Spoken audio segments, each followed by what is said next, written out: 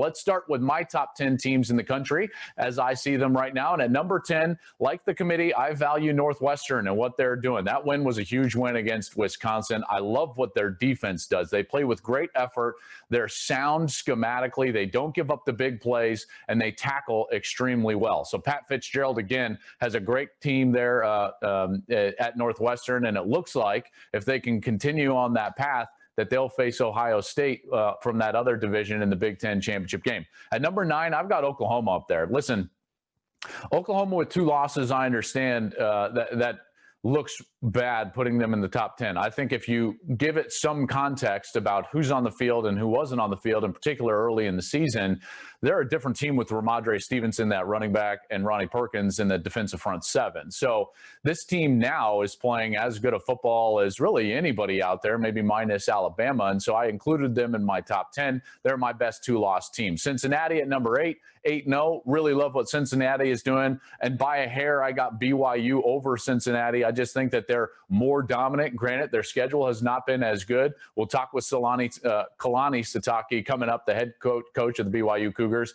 Offensively and defensively, both in the top 10, and scoring offense and defense should not be overlooked. Florida at number 6. Why are they number 6, even though they've been playing great football? Because they lost to my number 5 team, Texas A&M. Haven't seen them in a while. Can't wait to see them get back on the field and see if they can continue to play well. And then Clemson at number 4, Ohio State at 3, Notre Dame and Alabama round out my top 10. I've got Clemson behind Ohio State. I think that that's pretty clear based on what's happened on the field.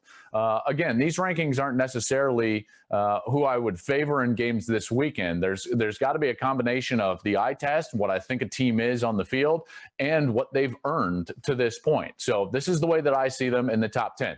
I want to switch gears now, and let's put up what the playoff committee gave us this week. And folks, I've got to start by saying, like, every year we hammer away on playoff rankings and what the committee does, but the committee is charged with a really difficult task, meaning that they're trying to rank teams with no set criteria, right? So there's these 13 people, and now they're even virtual, and they're sitting there, and I got to tell you, it's frustrating to watch them rank teams without criteria, because at times it doesn't feel like reasons but excuses of why a team is above another, right? Like, this committee is trying to do the best that they can, but this is an extremely flawed system, folks. All right, the fact that we only have 13 variables in this equation and not many hundred or even thousand in order to come up with an equation that gives us a ranking, I think is mathematically flawed, right? The statistical variance of a 13 variable equation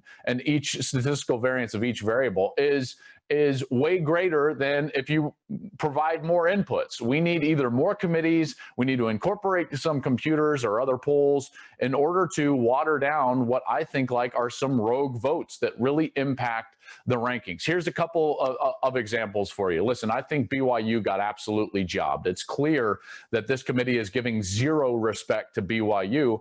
And remember, this is a school that's trying to play anybody that they can. Now, there's been a lot of back and forth.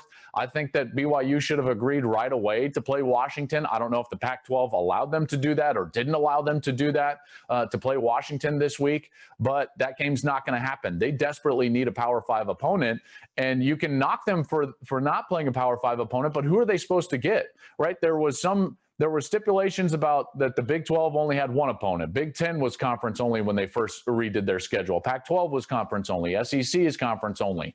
They couldn't get the ACC to agree. They're trying to find whatever games that they can. You can't hold that against those players. You just can't. And this year, more so than any other, the schedule, I think, should be thrown out, because all these schedules have basically just been put into a blender and chopped up, and we've got what we've got.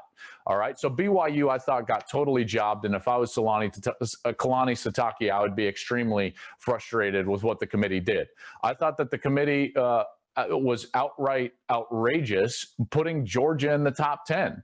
Folks, the only reason Georgia would be in the top 10 is because of recruiting rankings. They've recruited really well, and they've got great potential. But in the two biggest games that they've played this year, they got drilled. And their defense, which is supposed to be their strength, was atrocious against Alabama and against Florida. You can't tell me that Georgia has earned that spot up there in the top 10. That just doesn't make any sense to me whatsoever, and nothing has changed like it has for Oklahoma with the addition of Ramondre Stevenson and Ronnie Perkins. Then I think maybe the more egregious or most egregious, outside of maybe BYU, is the fact that they put Clemson above Ohio State. I mean, I get it, right? Like, oh, Ohio State didn't look like themselves. Their defensive metrics don't look like themselves, but they are 4-0, and they did beat a top 10 team. All right, they were up 35-7 at one point against that top 10 team. So you can say, listen, oh, they gave up 35 total points and 490 passing yards against Indiana, but Indiana's got a great quarterback and a terrific wide receiver.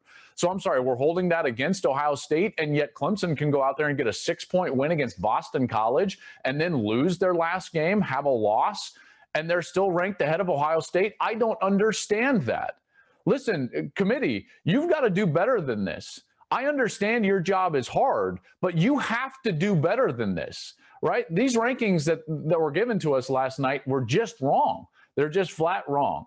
And we've got to understand and continue to remind ourselves that you're not hurting the power brokers in the sport that are going to be here year after year. The window to play college football is so small for a player, and they're going out there and trying to achieve. You tell Zach Wilson his team is ranked 14th and not in the top 10. Give me a break.